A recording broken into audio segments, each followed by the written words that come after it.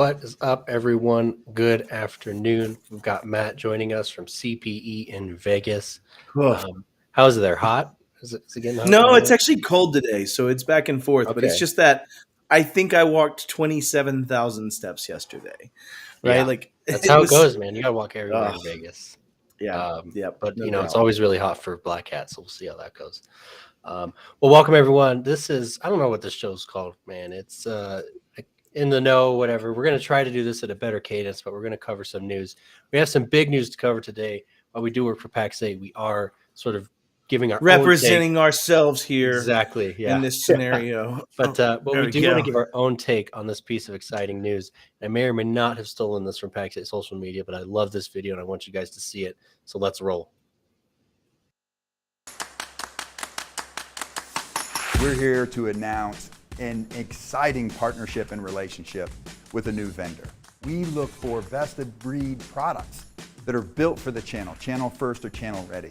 And today we have a market-changing vendor announcement by introducing to you Amazon and AWS. I'm happy to announce that Amazon is locked on what this is, and they are really excited about the SMB opportunity, and together we're going to come together to take advantage of this. Please join us in taking your business to the next level with this amazing product. How Yeah, freaking exciting. I mean, who yeah, better to pump you up at Pax8 than Ryan Walsh? yeah, The no pregame, doubt. I love it, Eric. It's definitely But the yeah, name. Pax8 has announced a partnership with AWS.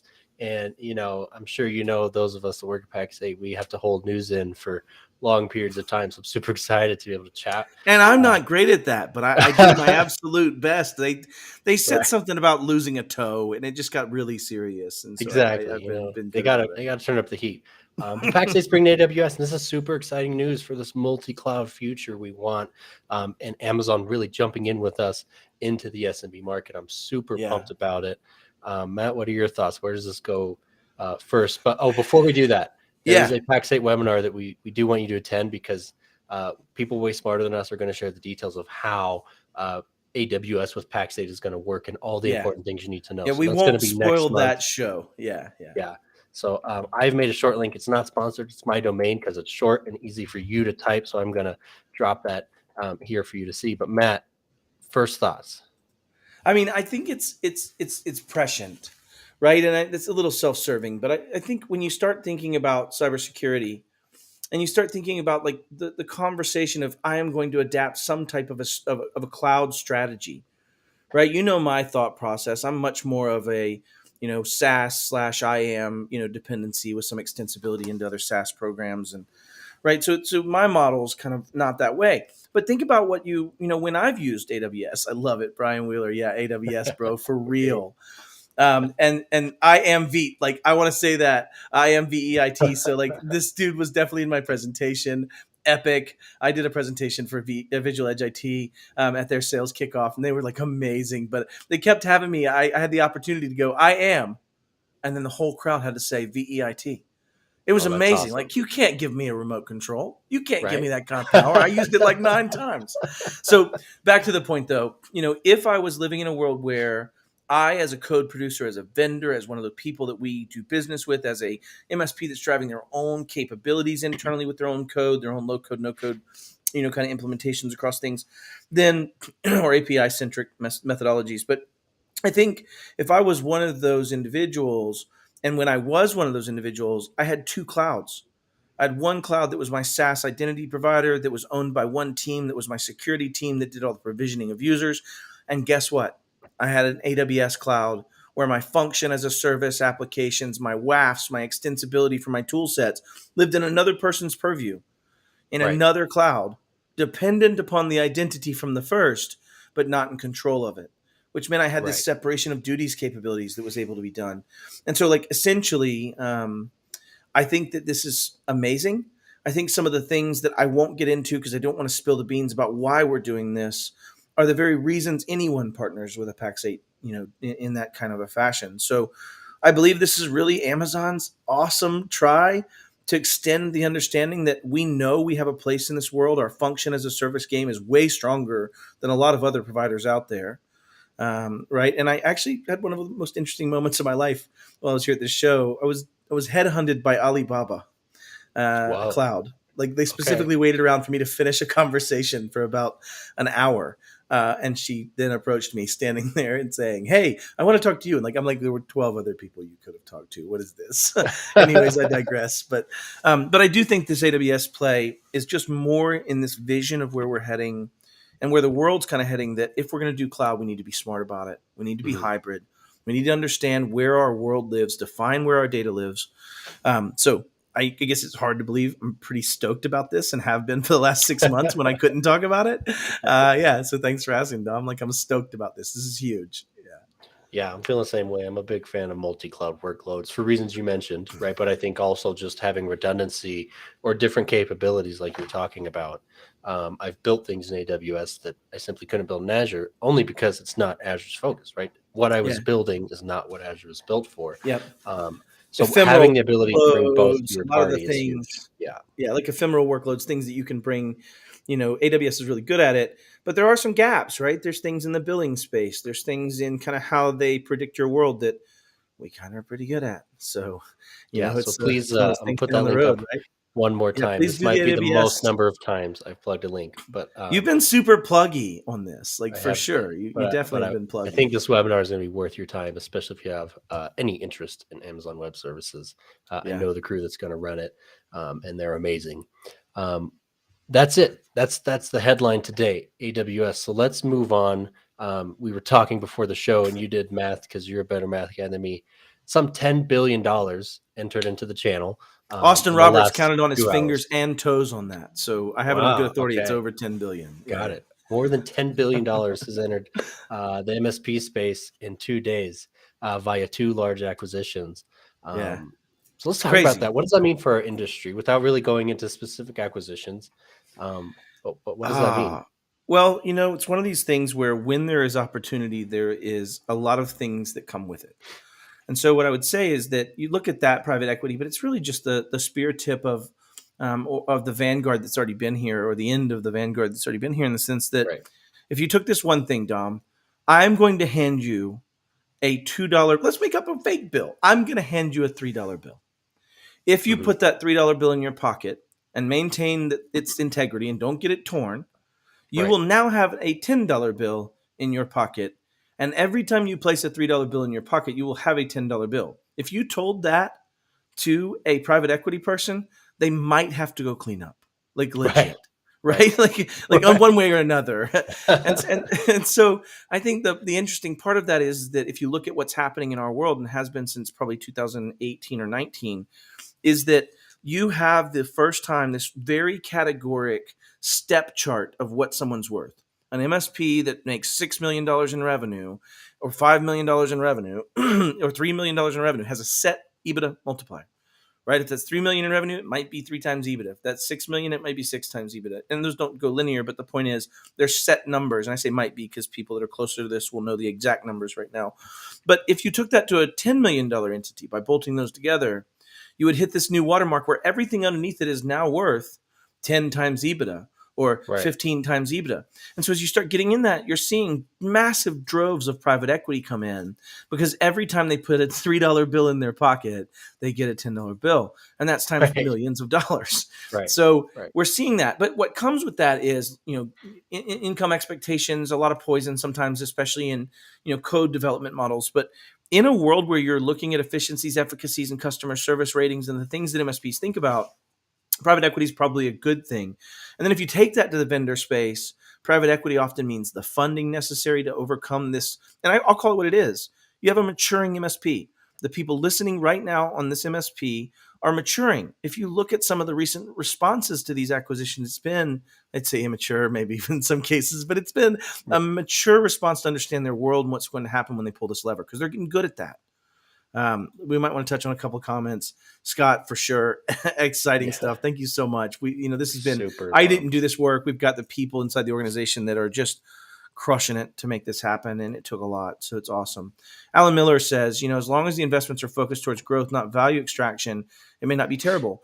I'm with you, right? Looking at private equity in the medical practice, ER staffing, even home ownership, I'm not sure I can have that hope. I also agree with you. I would say, though, there's an interesting aspect that when you have that loss, and the loss is there, it's just where do you want to call it, right? But when you have that loss, Alan, and Alan's a good friend of mine, I love him and respect his opinion. We often disagree, but I still love him. And so we often learn those lessons by watching the building collapse. We often learn those lessons by watching us not have a fire escape. And then eventually we have a fire escape. But if you never heard about the fire, nobody'd make a fire escape. Right. And so you start getting into this world where it's great to have the microscope on us a little bit. So I don't know what your thoughts are on Dom, but I'm just saying that equity is making a big play, and $10 billion does not play around in moving markets. That's a lot of coin, man. And I think it's, Wes made a really good point, is it's a sign that the industry's grown up or nearing maturity. For sure. So it's, when PE money comes into your industry, obviously, yeah, it can create poison and create difficult things.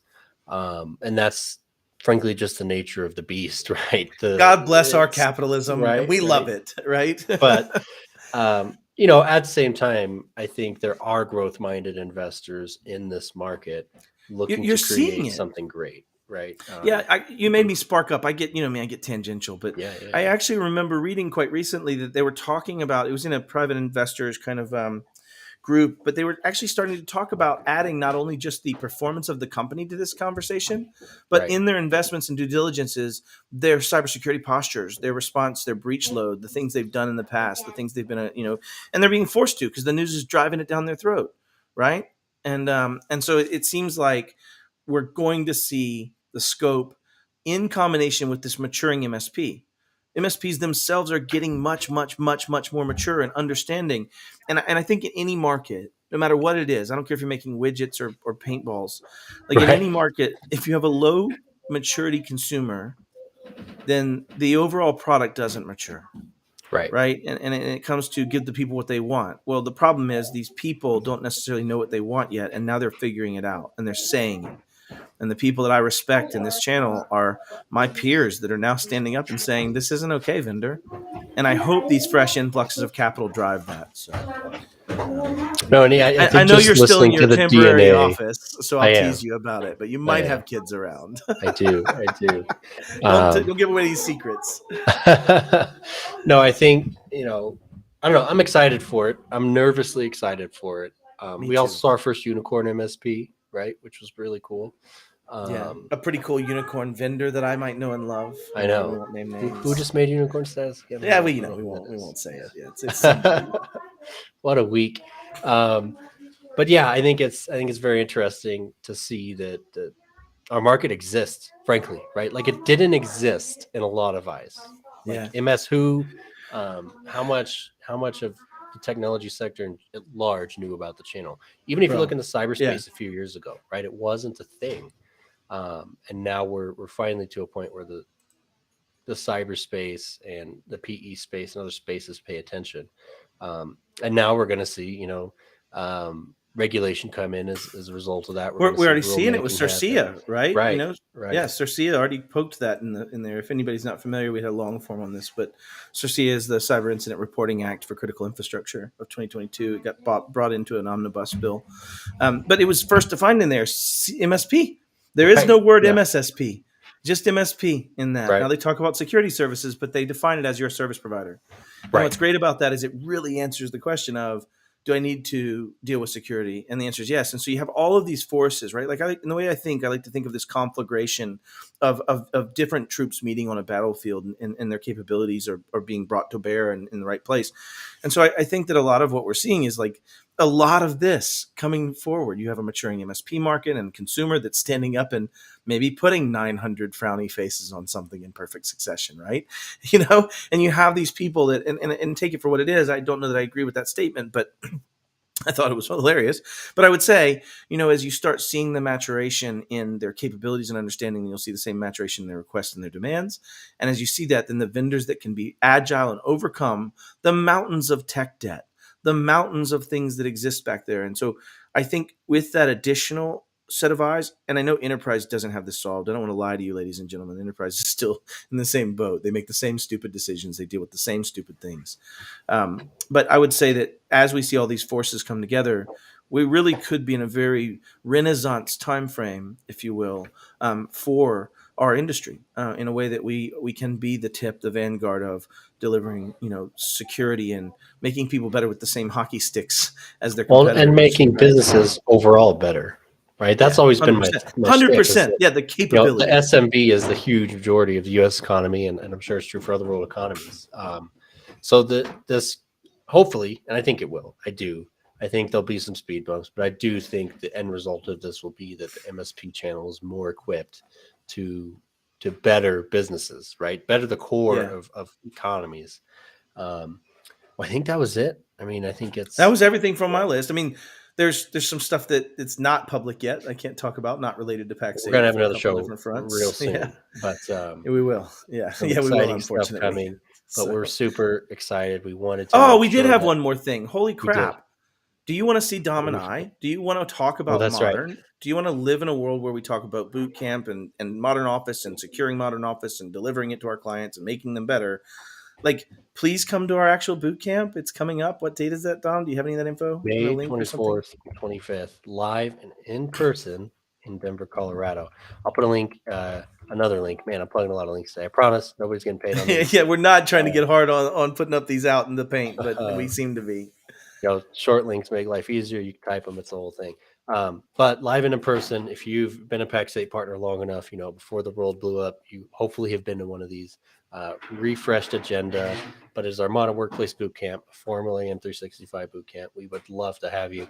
Agenda, registration, all that jazz is in the link. Where we can look over your shoulder and answer questions that are unique to you. And you can build it with around us, these right? things. Experiences Yeah. that we can't create over a Teams meeting, as I'm good so as those excited. are. We're super excited to build with you. So domk.pro/NBC May will take you to the Pax8 event page. You can get the agenda. If you're technical, come. If you're not, send your technical people. It is fairly technical. I do want to say that. Teaching Yeah, them security, digital transformation. We're talking about SharePoint. We're talking about Power. We're talking about Teams. A lot of topics in there that we would really love to share with you. With that, I think we're going to wrap up this edition of In the Know. Don't know when the next episode is going to be. We'll give you at least a couple hours notice, and we will see you next time. Thanks.